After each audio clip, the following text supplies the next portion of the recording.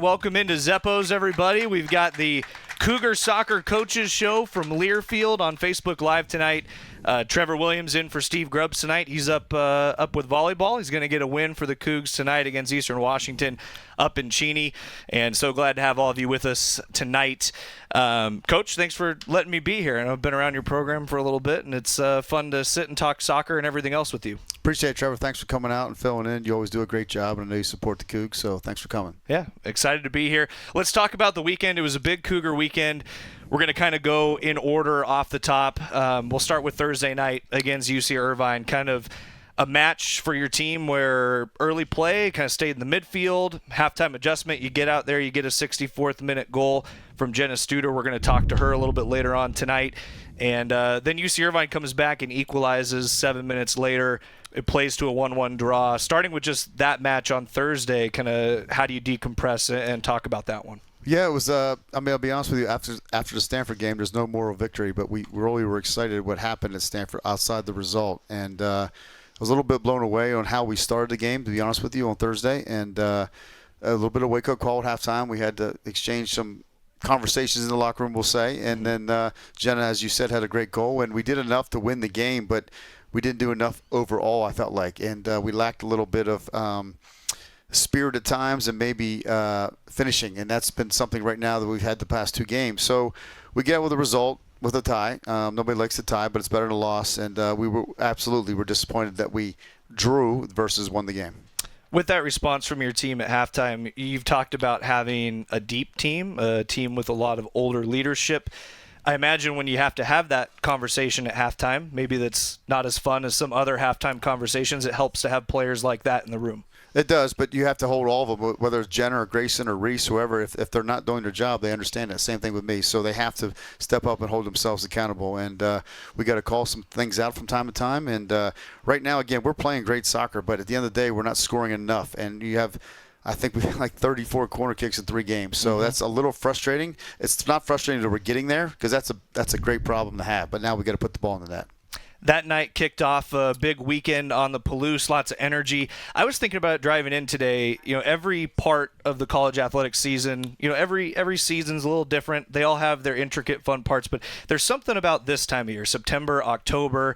It's beautiful here. We're outside at Zeppos. Everybody's taking it in and enjoying it, but there's some special energy about this time of year. Well, first to go, and you're right, fall sports I always think is great. I'm very lucky to be coaching in a fall sport when you have football right now and college football and volleyball and soccer, and then you get the NFL. I mean, there's nothing better than being a fall sport, and you're right, the weather here is fantastic and helps a lot. The NFL, which you mentioned, your Pittsburgh Steelers were going to get a win. They did yesterday. And I told Grubbs that was going to happen, so thank you very much. But, yeah, we're 1-0, so there you go, Steelers. That's off to a good start. Thursday night, you wore the Mike Leach Swing Your Sword shirt. It was a Hall of Fame weekend. Mike Leach was one of 5 inductees into that Washington State Athletics Hall of Fame. Talking a little bit about that class. Alyssa Brooks-Johnson, for those who didn't know, or we'll just kind of recap it a little bit, track and field, 2-time All-American in the heptathlon, Pac-12 champion, she went in. Don Collins from men's basketball in the 1980s, tremendous basketball player for the Cougs, set a Pac-10 record in 1980 with 442 points in a single season. Dwayne Patterson, Palouse Posse, early 90s, record holder in tackles for loss and sacks, also an All-American. Mike Leach, who you honor with that shirt, who you've coached with at Washington State in terms of being in those same coaches meetings. He really stands out for himself. 55 wins as the football coach of the Cougs in his 8 seasons, a 2-time Pac-12 Coach of the Year, National Coach of the Year, only coach to take the Cougars to 6 bowl games, and he had the leading passing offense in the nation 4 of his 8 years. We're going to get to him in a second. And then Michaela Castaigne of the Washington State soccer program, going in, a player who was there kind of at the beginning of this track record that Cougar soccer has had of newfound excellence that you guys took to a new height in 2019. First off, with all of that, how did you get to be involved in the Hall of Fame celebrations this weekend? Well, it was a great weekend to celebrate all these great inductees, and it was a pleasure to be there and watch their stories and their emotions and their fulfillment and excitement to be a part of that. And starting with Michaela, you know, I got to know Michaela. I was here right after she left, and she's been a great supporter of the program, and I got to know her well and continue a relationship with her, and congrats for everything Michaela's done. And our job when we got here was to continue to elevate this program. We're trying to do our best to do that based on what they've done in the past. And then, you know, I've had a personal relationship with Mike Leach many times and many great nights with Mike and Coach, and it was a great night, tough night, obviously, I would say, and it was great to see him finally honored and everything he's done here for the program in Washington State. Everybody has unique interactions with Mike Leach, right? You never hear the same story twice, it feels like, when you talk to anyone about time with Coach. What was your experience with Coach Leach like? As much as you can tell, what were some of those nights with Mike Leach like? Great nights, late nights, and I'll leave it at that. And, I had some nights with him in the Keys, and I've had some nights with him on the road when we're doing night with Cougar Athletics. And it's a precious moment that I will never forget. And, the guy will talk to anyone. You can walk down in the airport with him, just straight down the hall, and all of a sudden you think Elvis has shown up, because that's what he does. And other people will stop and talk to everybody. And I appreciate all those moments with Mike. He had a unique way of formulating, offensive-minded guy. I think we've seen at Washington State, a team that you have that likes to attack offensively. He had ways of coming up with his philosophies. Did you learn anything from him on a coaching stance? Did you guys have those conversations? I know it's hard to get Coach to talk about the sports side of things. He usually wants to go anywhere else. Yeah, he'll go anywhere else. I didn't write my plays down on napkins, and he would always call me. My nickname for him was Tech, because we both worked at Texas Tech, so he always called me Little Tech. So there you go. Little Tech. And you talked about Michaela Castaigne. So what does that do for a program to have players like that have been so successful at an all-American level, players that can come back that your team gets to see and interact with?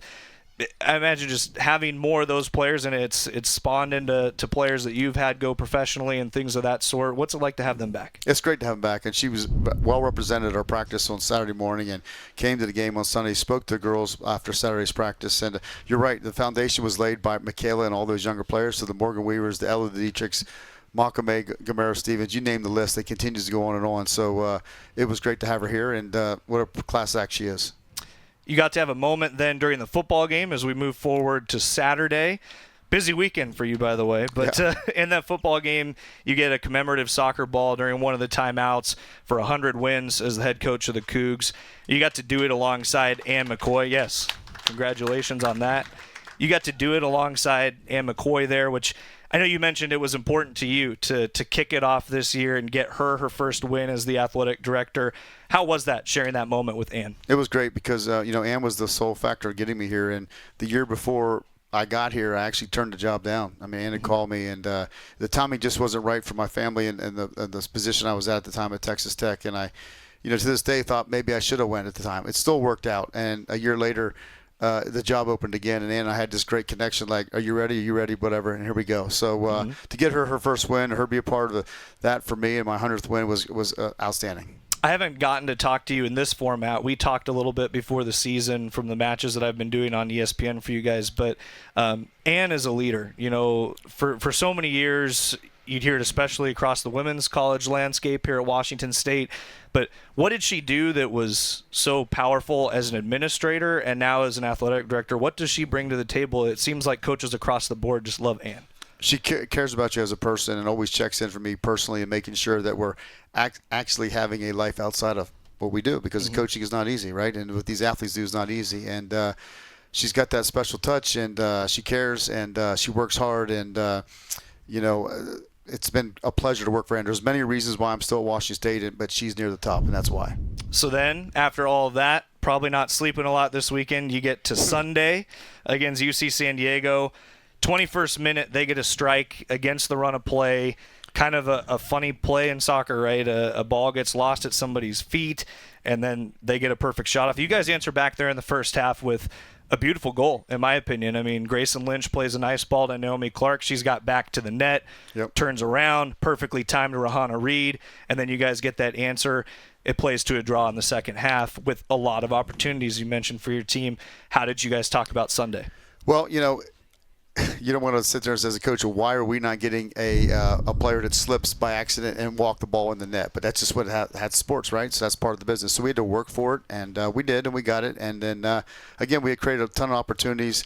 We hit the post a couple times, but I just wish we could challenge the goalkeeper a little bit more. Those shots are on not necessarily on frame. They're there. We're down there, but let's challenge this goalkeeper more. And Julianne had a rocket at the end of the game. I thought was going in. They got blocked off, and then I think we hit maybe it was Jenner. Someone hit the crossbar post on a corner kick as well. So Yeah. I was going to say there at the end of the game, that had a chance to be about the last second you can possibly win a soccer match. It was right down to the very last count. What's the latest you've had a game go, and the most exciting finish you've had in terms of few seconds remaining? Well, it wasn't here. I mean, I'll tell you that. As an assistant when I was at Mizzou, the associate head coach, we were down 4-0 to, at the time, the rival. Like, we have the rival here of the Huskies, right? The Mizzou rival was the Jayhawks. So we're down 4-0 with 15 to go, and I kid you not, we won the game 5-4 with 15 minutes to go. And that was fun to beat the Jayhawks. That's really fun. Yeah. That's very exciting. I've gotten to be around your show for a while, and your program, everything that you guys are doing, and I'm always amazed. I start to learn more about soccer as I'm like 11 years into it now, and I still feel like I know nothing. But you mentioned last week a cruel game at times, and I thought that was really fair for you. You have Reese Tappan there, center back, who loses the ball. It's just he's tremendous center back. Reese hasn't made a mistake all year, and just slips. And that just happens. So what about the response from Reese? Because she came in, she had a lot of big plays down the stretch for you guys to keep that at 1-1. Really good, steady focus to lock right back in after that. She did, but it's more importantly, like the things you see after these young ladies after the game. Like, she was the first one to own up, but she didn't have to own up. She slipped. That's what happens. And right in our little huddle after the game, she owned up to this was her fault, but it's not really her fault. We didn't score enough goals. We gave up one on a slip, but if you have that in your locker room, that's a good thing to have. It's a great thing to have. You had some other players I thought that were pretty strong. Rahana Reed, career-high 5 shots, 3 on goal. Obviously, the goal that we talked about on the beautiful run. Alina Watts seemed to be in and around kind of the ball when you guys needed it, was getting crosses in there for opportunities, and Nadia some big saves down the stretch as well. What were you impressed with play-wise there? I agree with that. Alina got in line a couple times, and I think the reason that we were successful is we started to move the ball late in the game and got in line and made things happen. I think the reason Nadia had to make some saves because we were putting all our numbers for it. We were going for it. So we left ourselves out there a little vulnerable in the counter. But, when you're pushing late and you have 25 to 6 in shots, something like that, yep. You think it's going to go in. And you're right. All the way to the last second, we thought that ball was going in with Juliana. Well, we got a lot to come tonight here on the Cougar Soccer Coaches Show from Learfield. We're on Facebook Live. It's going to be a lot of fun to keep going tonight. We got Jenna Studer in a little bit who's going to come up here and join us, and we'll keep talking Cougar Soccer when we come back. This is the Cougar Soccer Coaches Show from Learfield coming to you tonight on Facebook Live. Great crowd here enjoying Zeppo's, everything they've got to offer. Bowling, a casino card room, video arcade, restaurant, bar, all here at Zeppo's. So a good place to come hang out on the Palouse. Todd Shulenberger, head coach of the Cougars, is here. And now joining us is Jenna Studer, a redshirt senior defender for the Cougs. Jenna, welcome to the show. Thanks for having me. What's it been like? It seems like you're kind of getting into a groove now. Couple goals at home right now this year. How are things lately? Good, I think. I mean, coming back from my injury last year, it's fun to be back and for my 5th year. So I wanted to start off with you by going back to 2022 when you're making the decision to come to Washington State. Your sister Sydney was already here after transferring from Oregon State. You were at Arizona. What was your recruitment process like to end up here and join the Cougs? I mean, I think it was a pretty easy decision for me. I mean, what Washington State had to offer, and compared to other places, it was kind of a easy decision. Coaching staff, players, me and my sister, but Pullman in general just made it easy. How hard was she working you in the process? She was in my ear a lot, but I mean, besides her, what Washington State has to offer and made it easy. So, Todd, what about from your eyes? What did you guys see as a staff when you kind of keyed in on Jenna and you knew that you wanted her to be a part of this program? A fearless defender, a young lady that's when she shows up to work every day, she's going to get after it. And we've known Studer, Little Stu, we call her versus Big Stu, and that's what we call him by. And Jenna was tremendous in what she did at Arizona, and we were excited to add her to our back line. And right now she's done nothing but play every minute for us, so we've been excited. What was it like for you, Jen? I mean, you guys are a few years apart, you and Sydney. So how much did you get to play soccer together growing up until you got to Washington State? What was that like as a kid? It's funny because we actually played on the same team growing up. My parents didn't want to travel 2 different places, so I had to play up. But we played different positions. So, but I mean, we're very competitive anyway, so always being in each other's ear and making little comments. But I mean, it was fun. Definitely. Todd, from your eyes, what's it like having sisters on the team? You know, it's something you've done a few times in your career. Some other ones that you've had, Shayna and Marin Wielden, Isabella and Morgan Weaver, who we talked about. What's the dynamic like when you've got sisters on the roster? The first thing you'll know is just like you have your own kids, they're all different, right? So, and I don't mean that just on the field, just personality-wise. And that is always fun and a challenge in itself. And but I can tell you about the Studer girls, when they go to work, they go to work. And that's the one thing I can definitely tell about those two. There's no nonsense. They're here to play. They're here to win. So Jenna, you and your sister, a lot of competition in various sports. What were you kind of interested in growing up? I bet it was more than soccer for you guys being an athletic family. You know, she stuck to soccer actually growing up the whole time. I went out and did different sports. Mm-hmm. And she would try to do the other sports that I did. I was just better than her at them. So, but yeah, she stuck to soccer. So, and I went back and, you know. Well, that's not fair. We're not giving her a chance to defend herself here tonight up here. And you guys have a brother, Wyatt, as well. Just a competitive family always growing up? Yeah, everything was a competition growing up. Let's talk about the road back to playing for you. Obviously, it's a big deal this year to be getting back in that groove that I mentioned. A big injury a season ago. I think a lot of folks, when we're disconnected from being players, we just think of injuries as, okay, we wait 9 months, the player's back, boom, there we go. But there's a lot that you have to go through from the day you get injured all the way back to playing. Can you talk about that journey and what it was like? Yeah, I won't lie, it was very hard, just the mental part of it, and then obviously the physical part. I think it helped having the staff with their support, our athletic trainer, our PT guy, and also Grayson Lynch. She tore her ACL as well. So doing it together made it a little bit easier. Mm-hmm. And obviously just my teammates being there, being my family and supporting me. What was that like for you guys? You know, injuries separated by a short time frame, so you kind of were on that same starting schedule. What did you guys lean on each other for during that time? Just how hard it was, like being able to talk to each other and just say, hey, is this normal? Like, is my knee hurting in a certain place? Is that normal? But even like being in PT together, and like our PT guy would make us compete doing things. So, I mean, it made it way more fun than it probably would be. What were you best at in PT? What could you beat up Grayson with in PT? You know, it was more like hand tapping things. I would never want to do it again. It wasn't fun, but he would make us do a whole bunch of things like jumping. You know, we played Wii Sports a lot. Okay. So. Okay. Coach, for you during that time, obviously not what any coach wants, any time with any player, and then let alone to have it be with two players who have a ton of college experience who can help lead that team. What was it like first kind of adjusting to that with the team that you had, and then what roles did Jenna and Grayson both play during that time when they weren't able to play but were there on the sideline?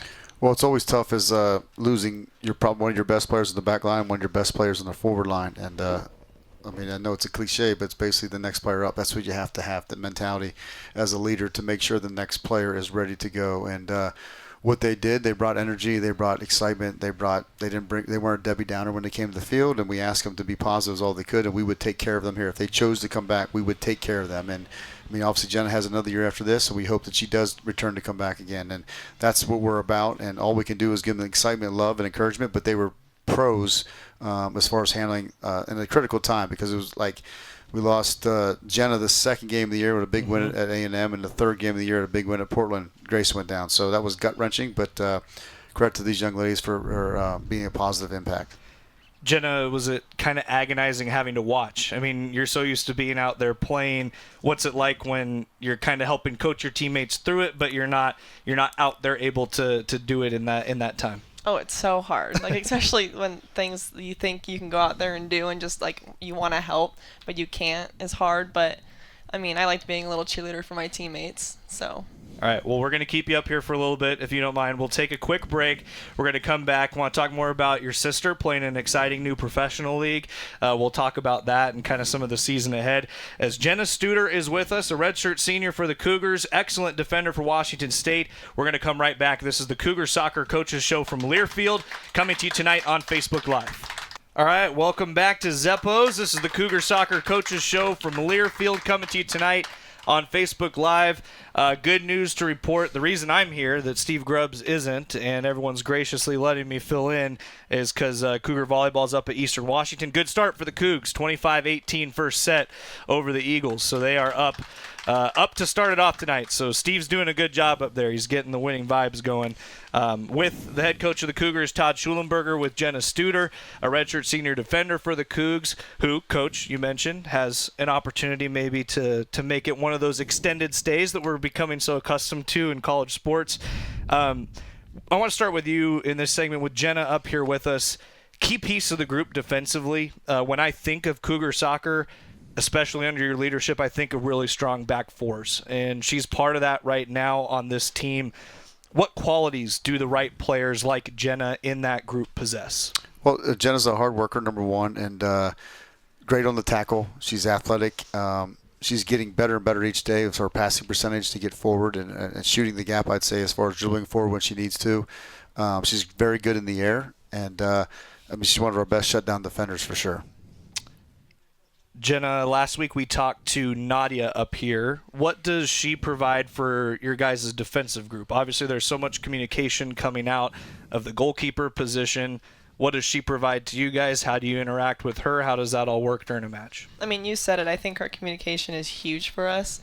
I mean, sometimes we can't see things behind us that she can, and she is loud enough where we can hear it, and very demanding too, which we need. I was going to say, I hear it in the booth. Yeah. Well, we need it. It's very helpful.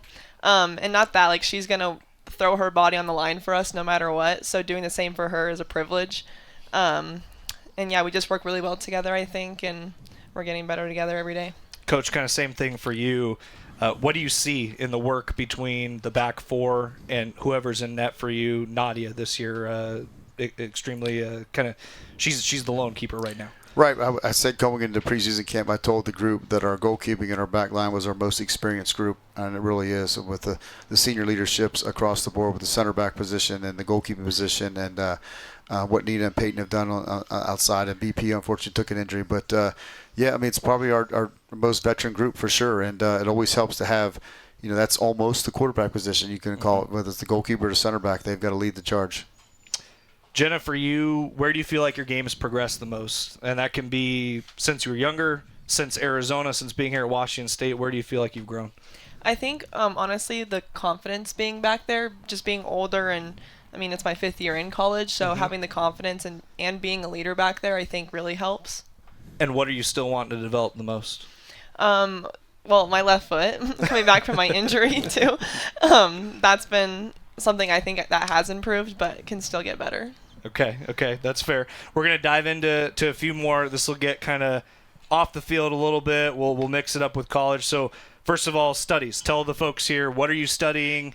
If it's not soccer, which hopefully it is for a long time, what would you want to do after you're done playing soccer with that? Currently, I'm studying social sciences. Okay. If I don't play soccer, I would like to do something in the medical field. Okay. Don't know exactly what, but I've taken all the hard bio classes that I need to do. So if it's not soccer, I'll take that route. So my wife's a nurse. I know usually in medical field you're kind of inspired. Is there someone who's inspired you, kind of led you towards that path of what you're thinking? I've always just been a science geek in school in general, but my mom is a nurse, so I mean, having her help me with studying and getting to help her do it, kind of I think influenced that too. That's very cool.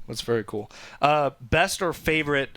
I'll let you kind of decide. I know sometimes the best class maybe isn't your favorite, but that you've taken in college. Honestly, I mean, it was super duper hard, but anatomy was fun. Here at Washington State, they let you use cadavers to study, which I think is very different from that other universities offer. So getting to do that was a really good experience. Is that over there in Morrill Hall? I don't know. Over in that area. You're in the right building. You know where to show up. You know where to show up too. Okay, favorite place to play that isn't lower soccer field? Ooh. Because I know that's the easy favorite. Yeah. Honestly, haven't done it in a while, but during COVID, we got to play in the ASU stadium and the USC football stadium. That was pretty cool. That does sound cool. I've been to the Coliseum there. It's a big fun one. And the best part of a college experience and living in Pullman? My teammates. What about your teammates specifically? I mean, they're my family, so like I can go to them for anything. They're fun to be around. Honestly, they're my best friends, so we literally do everything together. I know you're close with all of them, but are there one or two that you gel with especially close?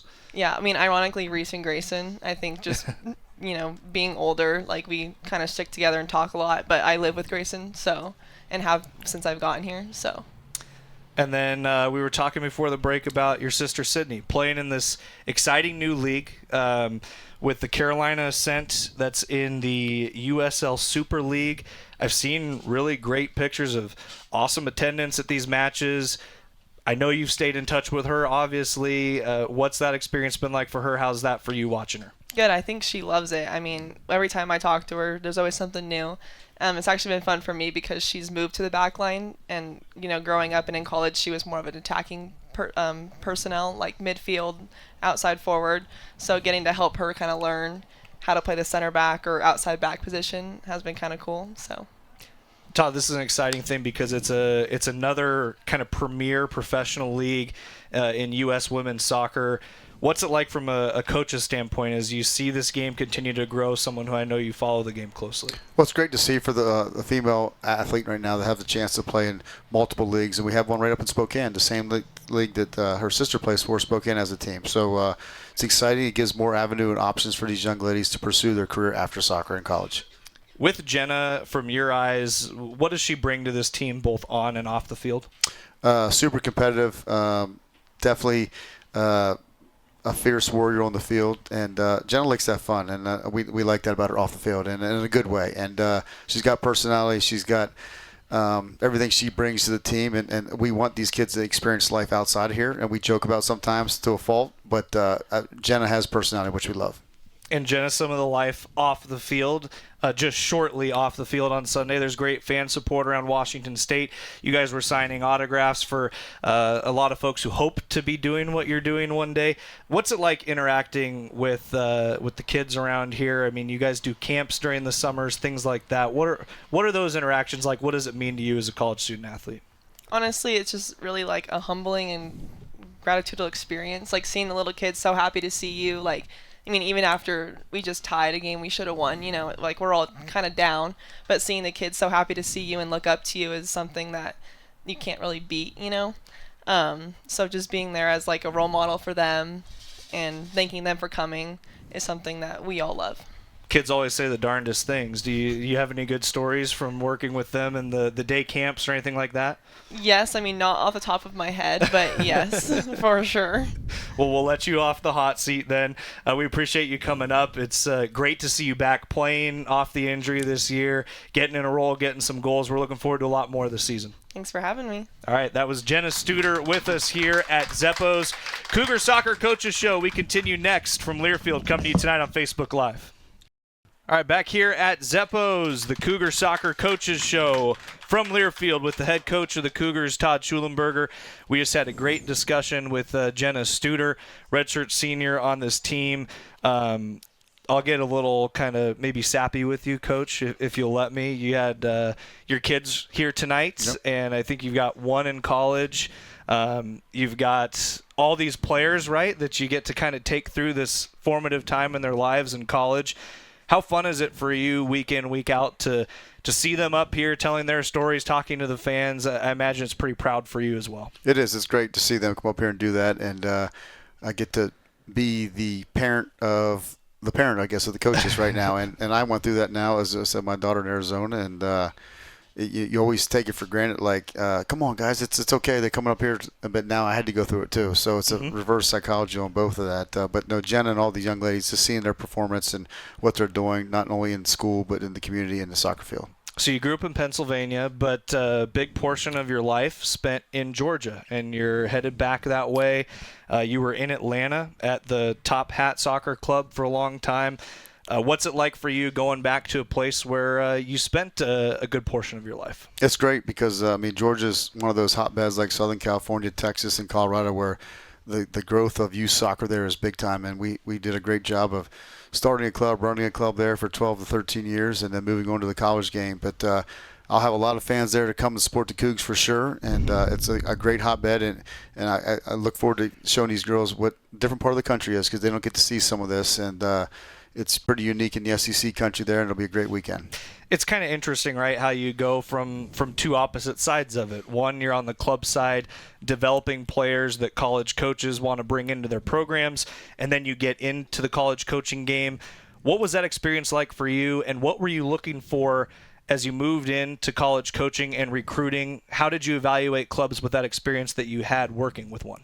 Well, we like to think we're teachers here to a sense, and then you're right in club, you're developing, you're teaching, you're learning, and in college you do the same, but it's more priority on winning at the same time. And I always say one thing: there's things if I hopefully never have to go back to club, but there's things that you realize each day what these kids need to get better at. They got to be better ball strikers. They got to be better in the air. They got to be more comfortable with the ball, and things that you may push by sometimes because the club game right now is just as competitive as the college landscape. And sometimes they forgot about developing. It's more about winning, and it should be about winning in college and winning in the pros and all that. So it's a good reality test of learning both, and I try to use that when we're recruiting to know that I can see two sides of the coin here. We talked a little bit about youth players with Jenna when she was up here.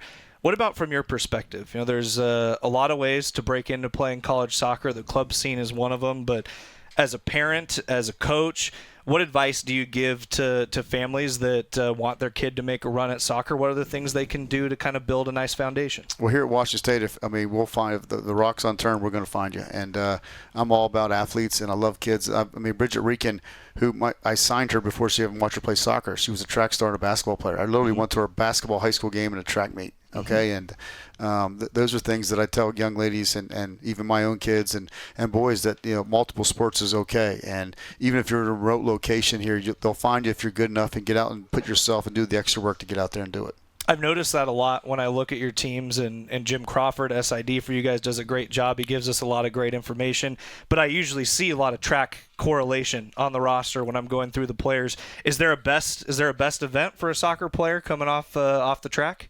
Oh yeah, when I watched Lise Bennett run that 200, that was pretty impressive. So I'll say that. Yeah, but they're all good, and basketball correlates a lot with soccer. Obviously speed kills. We like to have the bigger, stronger, faster kid. But I think multi-sport athletes. I've always been like that. Even a 10th grader right now that we're maybe recruiting or 11th grade.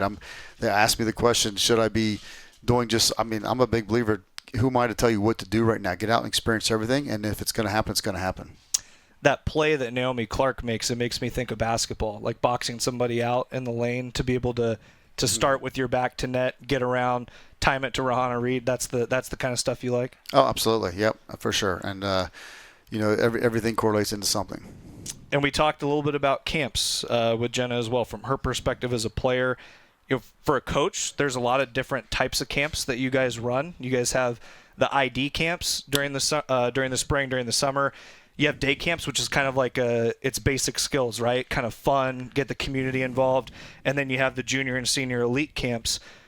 What's the camp structure like? How can people get involved with that? How do you guys use it at Washington State? Well, we use it a lot. We also use it now with, I guess you call it the old Jim Harbaugh effect, where he used to take the Michigan flag and take it down to Florida and just go do a camp. You can do that now, right? So we've taken that, and we'll put that Coug flag, and we'll go to Canada, we'll go to Southern California. So not only do we do it here, and you're right, the little camps are for the community and trying to make them better. The junior elite is identification to get them into the senior elite. The senior elite is hopefully about recruiting, okay? And then we'll take this flag and take it where we got to go to bring Washington State to you, just in case it's hard to get to the Palouse. In years working around baseball camps, I always found kind of the funniest moments in the camps that are for the community, for the little kids that are kind of just getting started. What stands out in your mind when you think of those camps? What do you like as a coach? Oh, you love it because you're right. They get to go out, and those are the people that come to the games on the weekends too. Mm-hmm. And we've had kids that we've watched. We actually, I can't tell your name, but committed to our school yesterday, or actually today, that was part of those younger process from a different state and different region. And to see that kid grow through our camp process and now become a Coug is awesome to see. That's really cool. It's fun to see Washington State using that. A lot of great players coming to the Palouse. As Coach said, if you're out there, they'll find you. So we'll take another break. We're going to come back. We're going to wrap it up tonight. The Cougar Soccer Coaches Show from Learfield here at Zeppo's. Having a great time out on the patio. We'll be back right after this on Facebook Live. All right, we're back here at Zeppo's one final time here in the hour today. Cougar Soccer Coaches Show from Learfield coming to you tonight on Facebook Live. Trevor Williams in for Steve Grubbs, who is up in Cheney with volleyball. The head coach of the Cougars, Todd Shulenberger, nice enough to spend some time with us tonight. And we had Jenna Studer on a little bit earlier. Coach, we talked about you going to Georgia. That's because you guys are taking on Georgia Southern and Georgia here this weekend. Thursday, Sunday, the setup. It's interesting because it's all played in Athens, but not a tournament, right? Just a good spot to meet with Georgia Southern and play, and then Georgia on Sunday. Yeah, when we talked to Georgia, we told them that we'd come down there. We'd want to get 2 games, but we weren't going to travel amongst everything else. So they were great to get us a game on third. We tried to get a tournament, but I don't know what happened. But either way, Georgia Southern, a fine RPI game, a great challenge for us on Thursday. We look forward to playing them first. Yeah, I was going to say, they're a team that's gotten a result for their last 5 matches. They played a Pepperdine team that you guys will see in West Coast Conference play. They do a great job like you guys right now of earning these set pieces, earning these corner opportunities. What do you see from them? Yeah, I see a team that's athletic and hungry. And, again, the recruiting world down in South Georgia and Florida is a great band. So you know you're going to have a great athlete. Chris does a great job with that team, and we expect a competitive game on Thursday. I'll leave it at this with Georgia. There's some familiar faces on the other side of the field, but as you mentioned, more importantly for the Cougs, when we look inwardly at this team, a chance to play a great side and try to pull out a great result this weekend. Yeah, that's all it's about for us. It's a great RPI game, a great, hopefully, NCAA tournament resume game, and it's just a business game for us. That's all we look at it for. I've heard some coaches talk about it, and you talk about now you want to get the goals going. The opportunities are there, right? There's a little bit of a David versus Goliath mentality when you go on the road, and sometimes a coach says when they want to figure something out, they feel like the best thing to do is to go on the road and go do that kind of as your own little cocoon. Do you agree with that as a coach? Yeah, possibly. I mean, it wasn't by design because I would hope that we got 2 wins this weekend versus 2 ties, but we'll go with your analogy, Trevor. I mean, it's definitely true. We would be thinking that either way, regardless if we tied or won that game. I'm trying to be a glass half full kind of guy, Coach. That's how we live life. You've been out here for 10 years. We talked last week about you being an outside guy. I think it was because we were talking about the Rubik's Cube, and you said, no, you didn't spend a lot of time with the Rubik's Cube. You were outside. Being here in the Northwest, you've gone throughout the country in your coaching career. What do you like out here in the Northwest? What do you like to do in the rare free time that you get?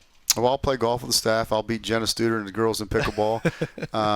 I work out a lot, and I like to hike and like stuff like that. And I'll hunt in the off season if we ever have time. And but yeah, it's a beautiful country out here, and we love it. I heard you and Bill Stevens run a mean pickleball combination. We do, and he's got me right now for the most part. But it's 5 sets for sure. And but we play pickleball like tennis, and so I'm playing the actual GOAT of tennis, the All-American Bill. Yeah. I need to change it up and play a little bit more pickleball against him. That's probably what I'm going to get him. You guys don't team it. You're going against each other right now. I thought you guys were teaming it up and smoking everybody. We do that too, okay. But we have to have our night at the park by ourselves too to get after it. Okay, that's fair.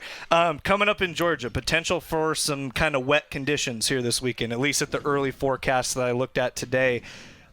What happens in a wet soccer match? What kind of things do you have to think about when you're dealing with those conditions? The ball skips around a lot. I mean, it's not something we're not used to here, late fall.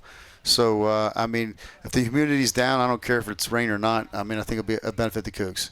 Another great night at Zeppo's? You liking it out here? Another great night. I love it outside here. Hope we can continue and have these great fall nights here all the way through October. It's a big thanks to all of you for joining us here. A couple programming notes coming up this weekend. The match against Georgia Southern. It's noon Pacific time. You'll have to follow it with Stats Online. There's not going to be a video broadcast available of that we know of right now. Sunday, 10 a.m. Pacific against Georgia. That's a big one on the SEC Network Plus. Check your TV provider. You can log in, use your TV credentials or some of the streaming apps. Like I've got YouTube TV, Coach. I don't know about you. Fubo. Fubo. There we go. I think I might have both. I'm probably just like losing all my money. But if you check in with that, you can log in, catch the game there.